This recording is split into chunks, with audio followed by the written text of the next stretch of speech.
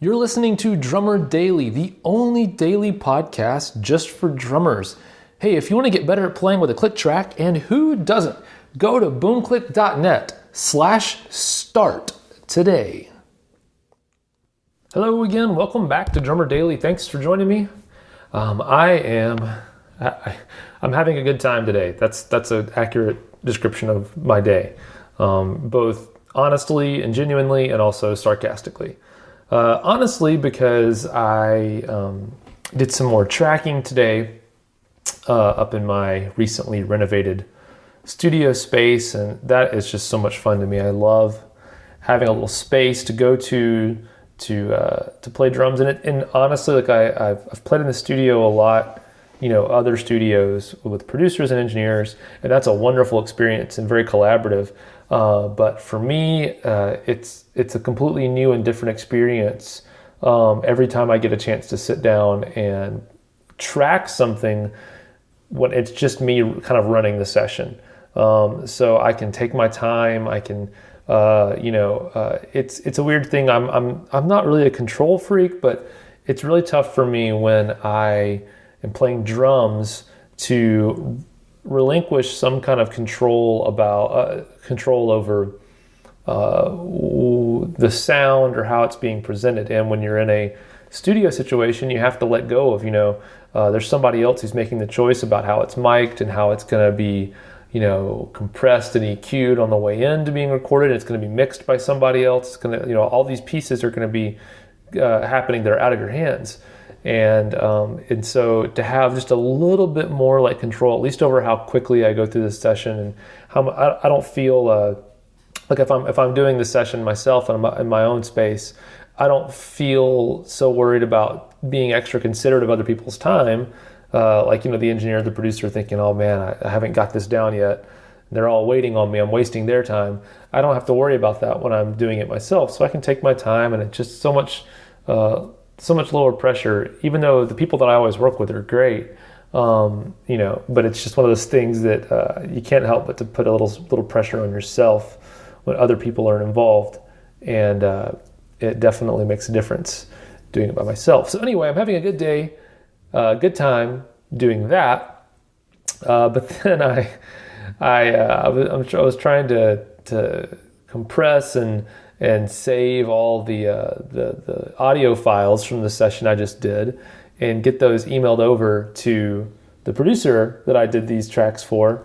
And my computer, I constantly run out of space on my computer, and I'm trying to find a way to email these files.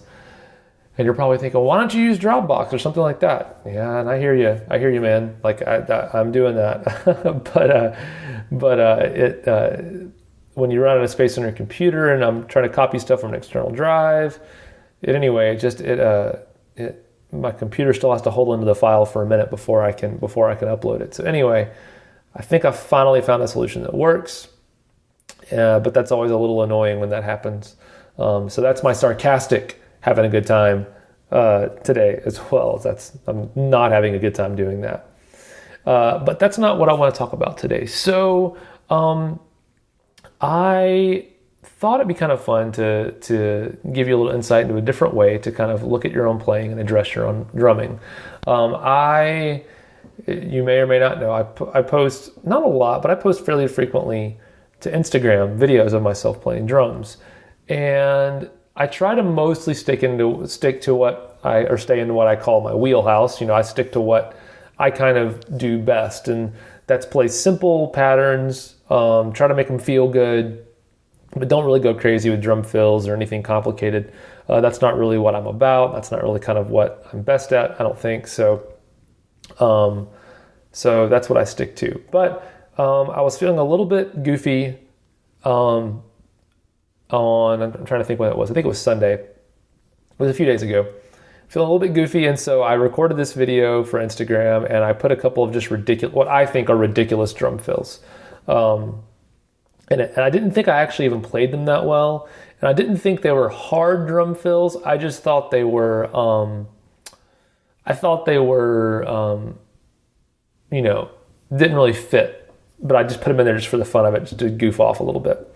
because every once in a while you got to break out and do something different than what you always do. It keeps you excited, keeps you coming back for more. Anyway, so maybe we'll talk about that some other time. But like the whole idea of like having real freedom in your playing and being okay with doing something that if I were to only play simple patterns because that's what I'm known for, quote unquote, that's not really me finding freedom in my drumming. That's me still being, held down by what I think other people expect from me. And that's just as bad as trying to be just like everybody else, is, only wanting to be different. So you have to be able to choose what you do and not worry about what other people think or don't think. So anyway, I played these crazy drum fills that were, like I said, were just what I thought were kind of goofy and not really complicated, just kind of busy. Anyway, so I did those drum fills, got the audio mixed, synced it up with the video like I always do, uploaded it. And then I watched it back on Instagram. And watching it back, the video, I was like, you know what? Like, not sitting down behind the drum kit and instead of taking an outside perspective and watching myself play the drums, I was really, I guess surprised is the right word. I was surprised at, from the outside looking in, if I don't think about myself playing the part, just watching me like I'm watching any other drummer watching me play it, I think, man, like, A, that's a really fast drum fill, or that's a lot of notes you crammed in there really fast. And B, I was like, man, that's actually like, it doesn't fit the song, but it actually is pretty cool and it seems from the outside looking in a lot more technically challenging than I expected. And I don't want to say I impressed myself, but I was kind of like, man, like, that looks a lot harder than it felt when I watched it back. And what I realized is that that's probably how a lot of us feel about our own drumming, for better or for worse. Having an outside perspective on our drumming really does change how we understand what we're actually putting out to people. And like I said, for better or for worse. There have been times when I have played something, and this even works with audio, but video really gives me extra insight into it. But to get back to the whole like playing on sessions thing, there have been times when I have really thought that I was feeling it and had a really good take on a song, and listened back, and I'm like, man, that was really sloppy, and it wasn't good.